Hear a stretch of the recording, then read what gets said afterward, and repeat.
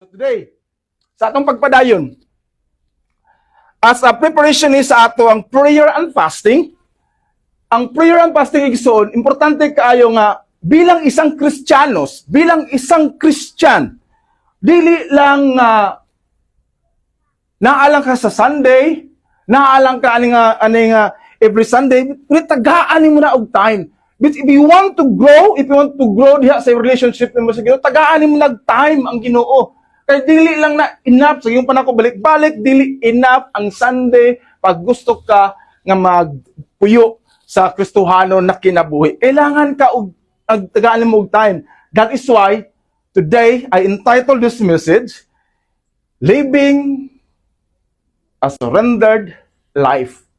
Unsa man ang surrendered life? Until masabtan nimo ang Ginoo igsoon, dili nimo masurrender ang kinabuhi. Labi na kung makadungog kag word nga surrender. Surrender, ba? Murag dili taganahan. Dili taganahan paminaw, murag sa negative nga side. Surrender. Mura ka og kanabitaw, ha? Surrender is meaning di nako. Surrender meaning mura ka og kanang weak, mura ka og kanang pildi. Even gani ang dictionary nag-ingon, surrender kano is cease resistance to an enemy or opponent and submit to their authority. In other words, pildi ka. In other words, ang surrender is, it means defeat. It means kanang cowardice. Burakag kanang hadlok. That is why may surrender ka. Ang mga tao, dili ganahan og word nga surrender. Di ba? Napagay movie sa una, no retreat, no surrender. But, mawala yung problema, pag dili ta mo surrender, diha sa Ginoo, magtuyok-tuyok ka, kayo dili na to makita ang answer. Unsa pagay hatag sa Ginoo? Unsa pagay gusto? Unsa pagay ang meaning sa kong kinabuhi? Ang even gani, di ba? If you remember the movie, The Last Samurai, di ba? Ang The Last Samurai movie, makita niyo mo doon si Captain Aldrin, ang mga samurai, sila dito, wala na sa ilang surrender. Para sa ilaha, mas maayo pang mamatay sila kaysa mo surrender. Kaya para nila, ang pag-surrender, sign na sa weakness, sign na sa cowardice. That is why, it's better them nga mamatay sila with honor than live in shame. Para sila, ulaw kayo kung surrender, dili na siya accepted sa ilang culture kang mag-surrender. Burakag talawan. Dahil sa inaaslay katana, maghikog sila, magpakamatay sila kaysa mo surrender sila. Di ba, bao na ang panglantaw sa kalibutan nga di ka dapat mo surrender. Which is the other side, good siya in terms sa mga challenges sa mong kinabuhi, but, iksoon, importante nga masabtan nato nga dinhi sa Christian life, in a Christian faith, surrendering to Jesus is not about the faith. It's not about the faith. It is about ending the struggle in your lives. It's not about the faith pag mo surrender ta sa Ginoo. It's about kanang ending na sa struggle sa mong kinabuhi. Bugat na kayo mga kasing-kasing, di nakakasabot, wala ka kabaluon sa imong buhaton. Kay sige lag, bangi, sige og kanang tawagan na, sige mo away, di ka gusto mo surrender, but ingon ang Ginoo, kailangan ka mo surrender. Ba? If you surrender to Jesus, it will be the beginning, sinugdanan na sa bag-o ni mga journey sa kinabuhi, nga matingalan na lang kaigsuon nga mga grasya, ang kamaayo og kalinaw sa imong kinabuhi, matagpuan nimo. I remember that sa una igsoon, sa time nga wala pa ko kaila og Ginoo, sa time nga baga ang akong pagtuo is nganong kailangan man ta og Ginoo. Diba? Kailangan lingkamot man ta, mabuhi man ta. Pero there are things nga dili nimo masabtan. There are things nga dapat nimo i-surrender, especially your character, your attitude, ang imuhang baga upbringing nimo. Kailangan nimo na surrender kay katong mga experience nimo, mauna mo kutkot sa imong kinabuhi. Mukutkot na dili na sa di ka makapadayon, bugat na sa imong kasing-kasing. That is why igsoon sa giingon sa Mateo 11:28-30. Ang Ginoo mismo nag-ingon siya, you are tired? Di ba? Si Jesus naging siya, you are tired? Ikapoy na ba ka? worn out or born out on religion? Diba sometimes ang tao manggod, dili relationship sa Ginoo ang gipangita kundi religion lang. That is why walay kabaguhan sa kinabuhi. Gubot gihapon sulod sa pamilya, gubot gihapon dili gyud sa kasabot unsay gugma sa Ginoo kay religion lang. Jump to another religion, jump ta sa pikas, dili relationship. Dito si Kristo, you are burned out on religion, but the grace of God, come to me. Get away with me, and you will recover your life. Limon ka? Grabe nga offer sa Ginoo igsoon. Come to me, siya nga, get away with me, and you'll recover your life. I'll show you how to take a real rest. Di ba? Sometimes, ang rest nga atong gipangita, vacation. Pero pag abot mo sa vacation, gubot ka po na kapoy man eh. Ang real rest nga giingon sa Ginoo is kalinaw, peace of mind. I'll show you how to take a real rest. Walk with me and work with me. In other words, relationship. Di ba? Relationship nimo sa Ginoo. Walk with me and work with me. Dili siya ingon nga simba lang. Kundi aduna kay time sa iya. Ano kay time nga mulakaw, aduna kay time nga uban sa buluhaton sa Ginoo. Watch how. Watch how I do it. Learn the unforced rhythm of grace. Grabing grasya sa Ginoo. I won't lay anything heavy or ill-fitting on you. Keep company with me, and you learn to live freely and lightly. Di ba? Message version na sa Exxon. Learn to live freely and lightly. Offer na sa Ginoo igsoon. That is why, kailangan ta isurrender nato ang atong kinabuhi diha sa Ginoo. Dili nato makaplagan ang insakto nga meaning sa imong life sa atong kinabuhi pag dili nato na total surrender diha sa Ginoo. That is why bisan asa ka paingon, bisan unsa imong mga desisyon, wa ka kahibulo bat ingon sa Ginoo, ali nako, bat dili lang ingon nga mo tuo ka kundi learn from me. Walk with me and work with me. Ipatubo ang imong relasyon diha sa Ginoo igsoon. Nasabtan ba natin igsoon? Amen ba? That is why I encourage you, tagaig time ang prayer life ninyo. Kaya ingon si Rabbi Zacharias igsoon, there's no greater discovery than seeing God as the author of our destiny. There's no other greater discovery. Walay lain kung makita nimo o matultulan nimo nga Ginoo may author sa atong destiny. Sigurado ka sa kapaingon. Dili ka worry. Basin mamatay ko sa kuba, may pero grabe na kayo. Antun namatay nang kasi mong worry. Kaya wa ka kasabot unsa imong buhaton. But ingon si Rabbi Zacharias, it is greater. There's no greater discovery than seeing God as the author of our destiny. That's why even si C.S. Lewis, ingon si C.S. Lewis, the more we let God take us over, no? The more truly ourselves we become because He made us.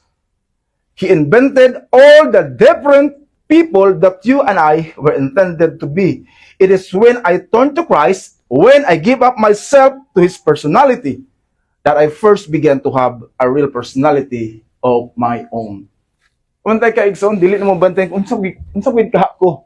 Para asa gid ka ko. Di ba? Sometimes burn out na ka, sometimes tired na ka. Until now, bugat gyapon na mo kasing-kasing. Until now, gyapon ka kasabot unsa magyud ko. Kapoy na ko, mata, trabaho, simba, paghuman, mata, trabaho, simba. Wa man gyapoy meaning akong life, mura man gyapon wala. Because naanad na ka that the more ka mo, imong isurrender diha sa Ginoo, ang Ginoo mo take over sa imong kinabuhi, nang masabtan nimo nga dili di ay ka kanang ning excess lang rin, ning gawas lang ning kalibutan na kung dili aduna di ay purpose ang Ginoo para sa imong kinabuhi. That is why aduna kay gana permi, aduna kay passion sa buluhaton sa Ginoo, aduna kay passion sa kalag.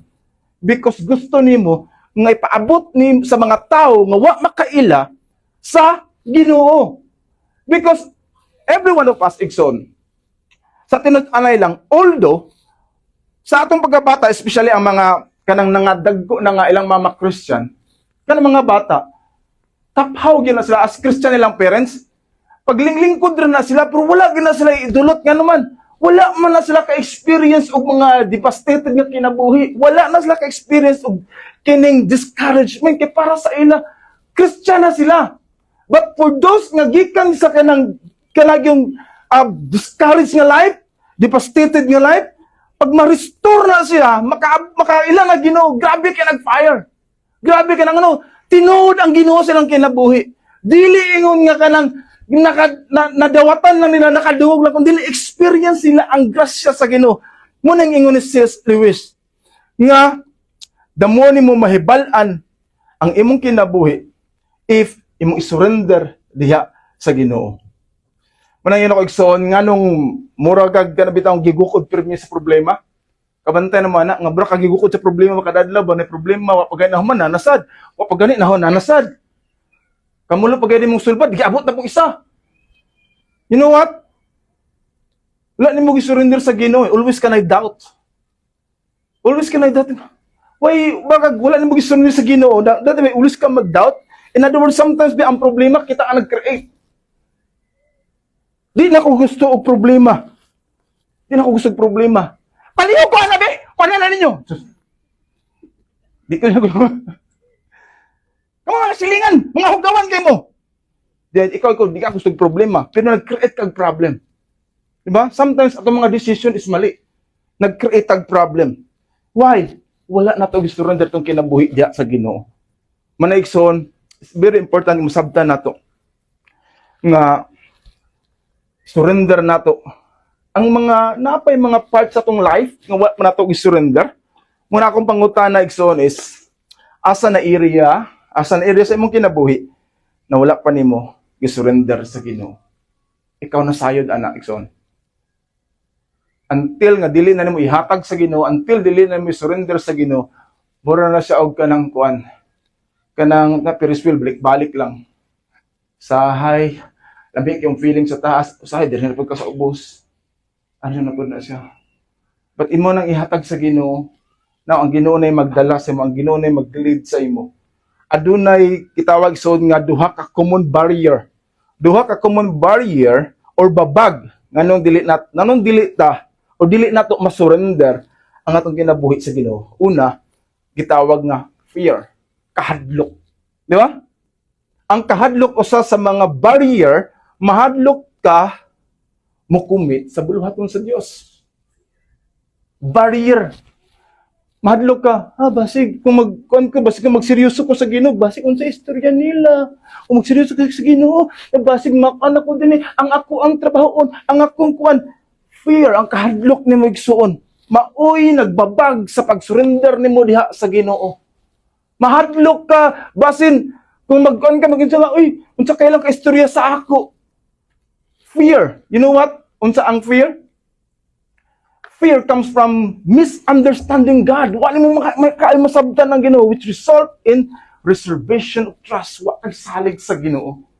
Kung aduna kay kahadlok, wa kay salig sa Ginoo.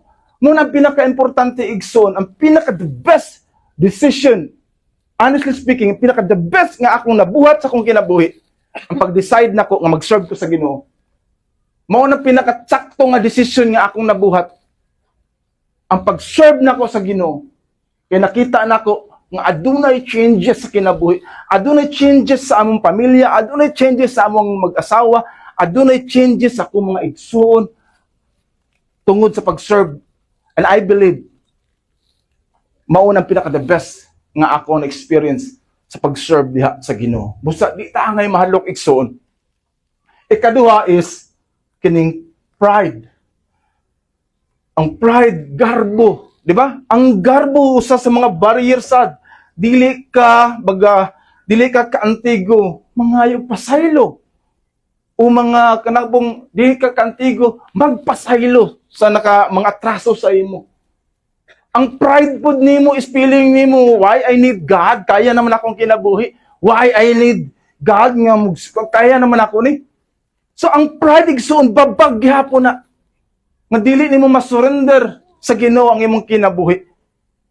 Kaysa gigon pa, ang pride comes from refusing to admit that human have limitation. Pa?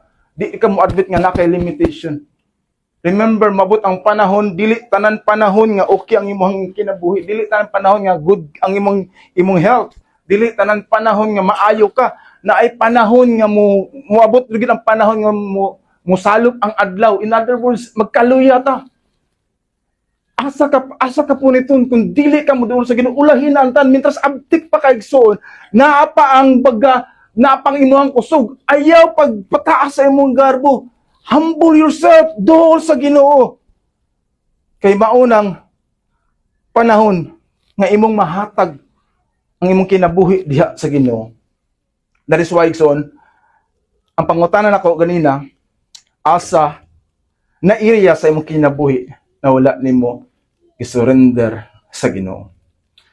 Because our first point, faith start when we give up our lives and surrender everything to God. Faith start when we give up our lives and surrender everything to God. Pag dili pagay nato na i-surrender igsuon, kanang imong pagsalig sa Ginoo, tapaw pa na. Di na insakto pa. Kang napakagigunitan eh. Napakay-hold. Pag imo nang i-surrender sa Ginoo ang tanan, as is nga mingon ka nga, Lord, I am nothing apart from you. Ihatag na ko ni sa imo akong kinabuhi. That is why unsa mga sitwasyon kanimo aduna kay pagsalig sa Ginoo. Pero kung wala pagalinan mag-surrender, naapagali na gagunit pagani ka, dili pa na enough or half truth pa na ang imong pagsalig sa Ginoo. Aduna istorya igsoon ba? Aduna tulo ka pastor. Kining tulo ka pastor, so nagpa-relax sila sa dapin sa dagat. Ingon ang mga ingon isa ka pastor nga nagaka-board naman ta. How about pastors? How about kanang atong istoryahan atong mga struggle? Ang atong mga butang nga wala pa nato gi-surrender, atong isgutan karon, dayon atong i-pray, tabangan natong ampo. So ingon sa pastor, unsa man ang imong struggle? Actually, pastor, ako karon wala ginakabalo akong asawa. Gagasugal ko, pastor. Ka-online kong sugal. Wag ginakabalo akong misis, pastor. Ikaw pastor, unsa man imong kuan? Di ko gusto, ingat sa pastor, di ko gusto makahibalo mo, pero sa tibet anay lang, nakasala ko sa kong misis. Nag-cheat ko. Nga ikaw, pastor, itong isa, gaylam-hilom lang, huwag imitingog. Huwag isa mitingog. Pastor, ikaw, unsa man mo? Actually, ang ako yung struggle is tabian kay ko. Dili na ko kahimutan, gusto na ko muli, pambalita na ako nang lunggan ako sa inyo. Tabian. But the point igsoon is, faith starts when we give up our lives and surrender everything to God. One of the greatest stories igsoon about surrendered life to the gospel to God is Apostle Paul. Ingon si Apostle Paul in Galatians 2:20, I have been crucified with Christ and no longer live. Ano ka? I have been crucified. Gilansang na iyang kinabuhi uban ni Kristo. I no longer live. Dili na ni ako. Christ na ni. But Christ live in me. Si Kristo ang nagpuyo sa ako. The life I now live in the body, I live by faith in the Son of God, who loved me and gave Himself for me. Di ba? Total surrender si Pablo diha sa Ginoo. Ang akong kinabuhi, dili na karon, I live by faith in the Son of God. I no longer live, dili na niya ako. Christ ang makita sa ako. Si Kristo na. Friend, mangutana ko sa atong kan. Kung ikaw mo sa imong kumpanya, makita ba nga Christian ka? Sa imong school, makita ba nga Christian ka? Sa imong silingan, makita ba nga Christian ka? Because as a surrendered life igsuon, magpatigbabaw ang Ginoo sa imong kinabuhi. Amen? Natulog na mo. Bitaw, isa tinud-anay lang, as a Christian igsoon, dili man ingon nga unsa ang atong Pero dapat kita ang usa ka mga kanabitang usa sa mga living testimony nga tinuod si Kristo. Nga dili ta ka ng Christian ka? Ha, Christian di ka? Makurat ba? Huwag ko magtuo eh, nanaday, Christian di ka? Kung dili, bay, nga nung lahi man gyud ka. Nga nung sa tanang tao, dili, lahi man ka, di ka gapil-apil, lagi mga kwan, lahi, lagi ka, unsa lahi ka? Christian ko, ha, nanaday na. In other words, usa ka sa mga tan-awon nila, nga moabot na gani ka, hilo mo kina si Christian, oh. Di ba? Maulaw sila because kay balo sila nga dili ka mo attend sa mga inana. In other words, naa ka influence sa gila ha. Amen? Muna yung ni A.W. Tozer nga faith as Paul saw it was a living, buhi nga pagsalig, flaming things leading to surrender and obedience to the commandments of Christ. Pagbuhi gani mong pagtuya sa Ginoo, mauna siya ang magdala sa imo nga mo surrender ka, mo obey ka sa commandment sa pag-oan ni Kristo, sa commandment diha kang Kristo. That is why, igsoon, ang imong pagsalig sa Dios magsugod lamang kini sa dihang imo nang isurrender ang imong kinabuhi diha kang Kristo. Until now, pag dili pagali na nimo isurrender ang imong kinabuhi kang Kristo, although naa kay pagtawag sa Ginoo, but pag testingan gani ka sa kaning magnitude 8 nga earthquake, may balaan ang imuhang faith. Di ba? Diha may balaan pag ang imong gisaligan mawala na, ang imong paglaom mawala na, kining imong gina-expect dili mahatag sa imo, diha makita og unsa imong faith sa Ginoo. That is why ang pagsalig sa Ginoo, ang pag-surrender nato sa Ginoo diha nato ma-experience o magsugod ang atong pagsalig sa Ginoo. Nako ipakita igsoon, isa si ex-mob boss ni siya, nang boss ni siya sa kaning mafia, iyang name si Michael Francis. Kailan mo siguro mo ani? Michael Francis, from Crime to Christ. Si Francis, 72 na iyang edad karon, a one-time member of the Colombian, Italian, American Mafia crime family in New York, is a now Christian author and speaker. Niadto ko noong 1986, Fortune Magazine listed Francis as member 18 on its list of the 50 most wealthy and powerful mafia bosses. Alam mo ka? Ika-18 siya sa 50 nga mga boss sa mga mafia. Ika-18 siya ka pinakakwartahan. Nasa yung movie karon gikuan siya movie sa Netflix. From Godfather, which is mafia, God the Father. To God the Father. Now, si Michael Francis was released from prison in 1984. So na-prison siya because sa ilahang grupo, nasa blood compact. Sa ilahang grupo, pag mo against ka mo, hawak ka sa ilang grupo, patyon yun ka, according sa ihang testimony. And then sa ilang unom sila ka mga boss ilang grupo, siya na lang ang nabilin, ang 5 anak, namatay na tanan. Wala namatay sa sakit, kundi gi-murdered yun. But nakamaayo sa Ginoo siya, pagka-priso niya, nakaila siya dito sa prisuhan.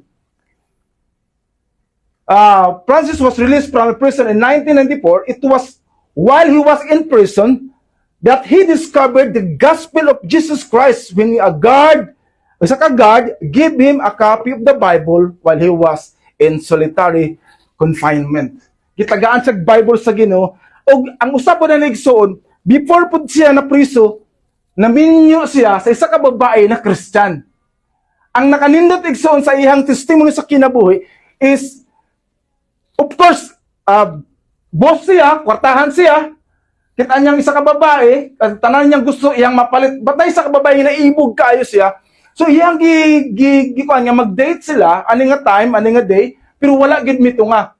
Isa ka babae nga, usa ka balo nga Christian di ay. So di adto na po nag-meet, iya na pong gikuan. Wa gyapon 5 times kuno nga wala sa gi-Indian baga siya, wala sa gito nga.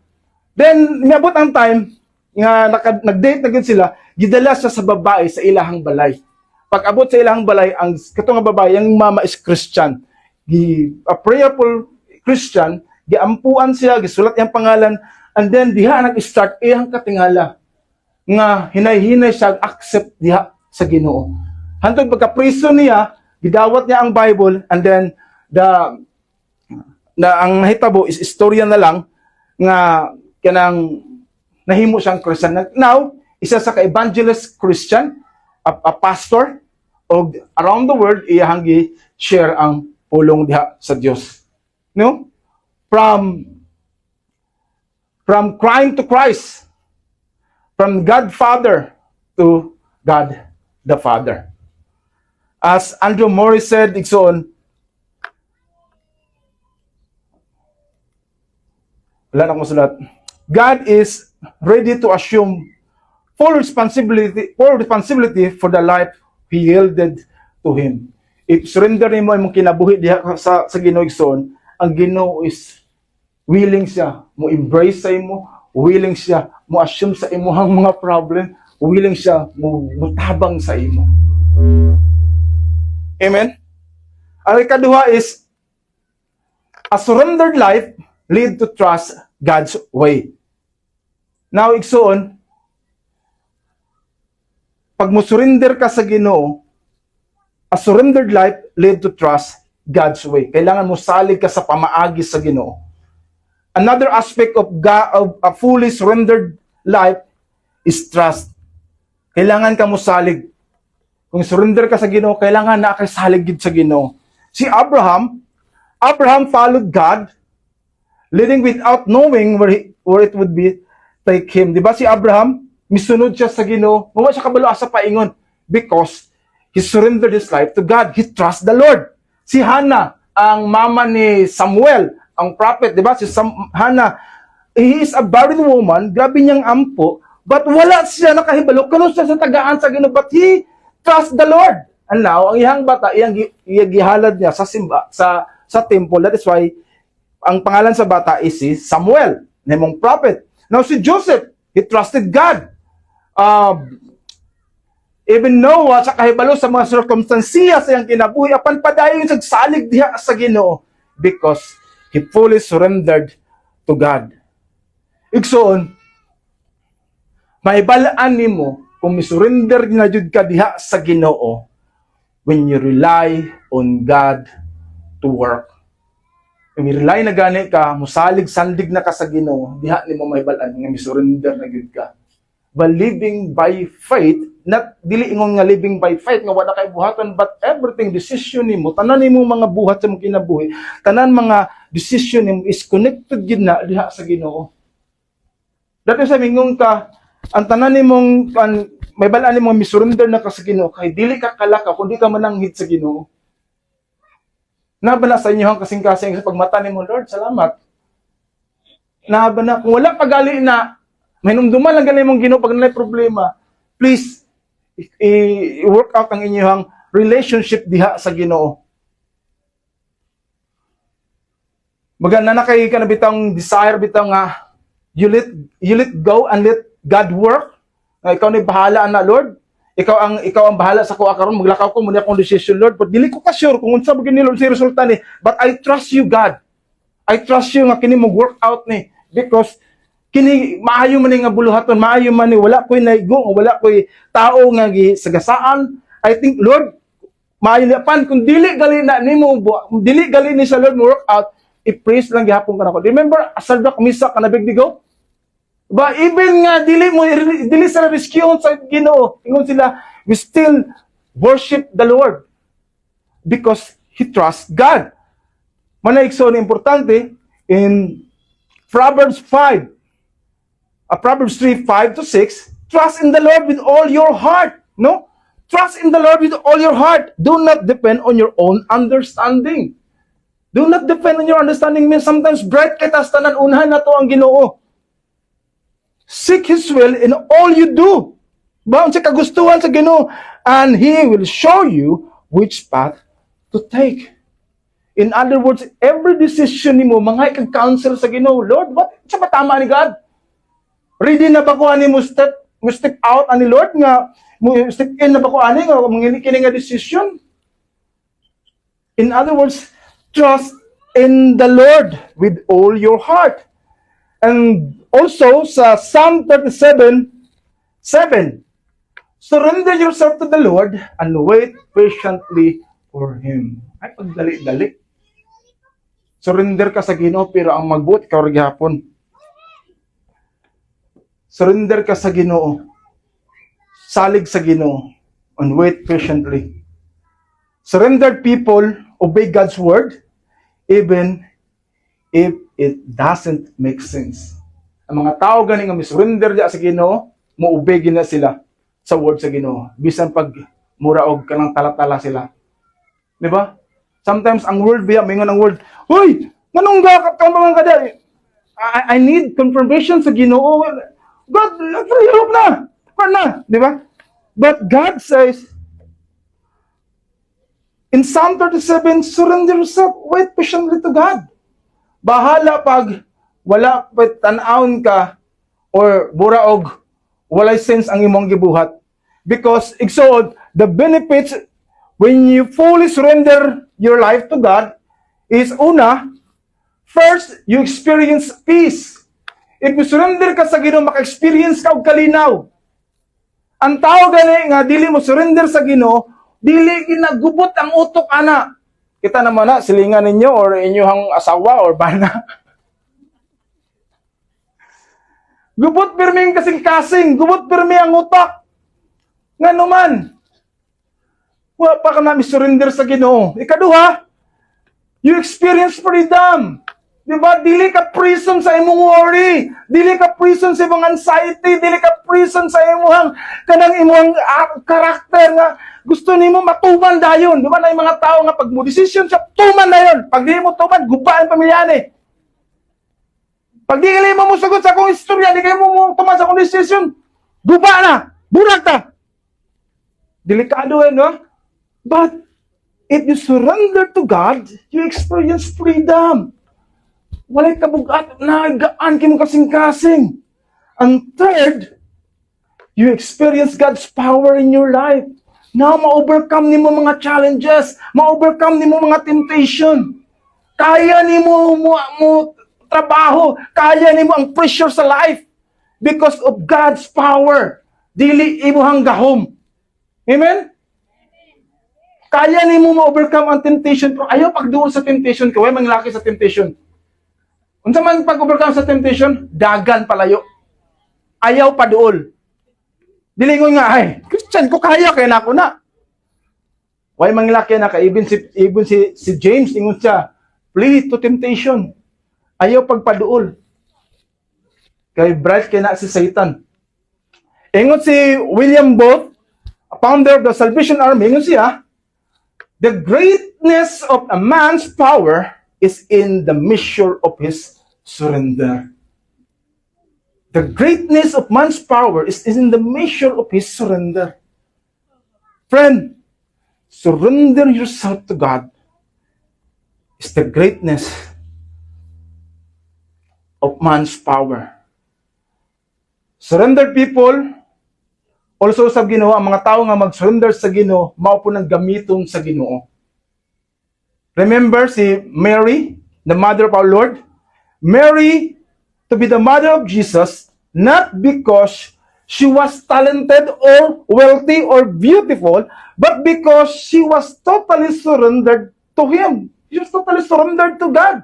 When the angel explained God's improbable plan, she calmly responded. Sa gingon niya, ginan siya sa angel nga, ikaw mag-conceive sa Ginoo, sa gingon niya, I am the Lord's servant and I'm willing to accept whatever He wants because nakita na sa Ginoo ang kasing-kasing ni Mary. Nga submit siya sa Ginoo, nga gisurrender niya ang iyang life sa Ginoo. That's why gamiton ka sa Ginoo. If imong isurrender ang kinabuhi sa Ginoo, remember your purpose in life is not your purpose. Your purpose in life is God's purpose. Your meaning in life is God's purpose, God's meaning. Diha na ito makita ang purpose sa itong kinabuhi. Dili sa imuha. That is why, bisan pag muabot ka sa pinaka-top na kaayo, pag muabot sa pinaka-top na pag wala pa rin mo natagpuan ang Ginoo, ang question sa imong kinabuhi is meaningless. life ni Solomon. Everything is meaningless. Siya ang pinaka-rich nga king. Siya ang pinakadaghang asawa nga hari. Siya ang pinaka-bright nga hari. But ang conclusion niya sa life, nga wala siya, misupak siya sa Ginoo, life is meaningless. In other words, igsoon, surrender yourself to God. Kay kung makita sa Ginoo nga aduna kay kasing-kasing nga kanang mamusunod sa Ginoo, gamiton ka sa Ginoo sa imuhang design. Lastly, igsoon, as I end, ingon si Dwight Moody, let God have your life. He can do more with it than you can. Amen? Let God have your life. He can do more with it than you can. Kinagtuot ta, master katas kong kaugalingon. Let God nga mo'y maghari sa imong kinabuhi, nga mo'y magdala sa imong kinabuhi. Igsoon, if you want a surrender life, if you want kanabitang experience, gusto ka maka-experience sa presence sa Ginoo, kung gusto ka maka-experience sa peace sa Ginoo, kung gusto ka maka-experience sa freedom sa Ginoo o sa power sa Ginoo, nothing is more powerful than to surrender life in the hands of God. Amen? Let us pray. Most gracious and loving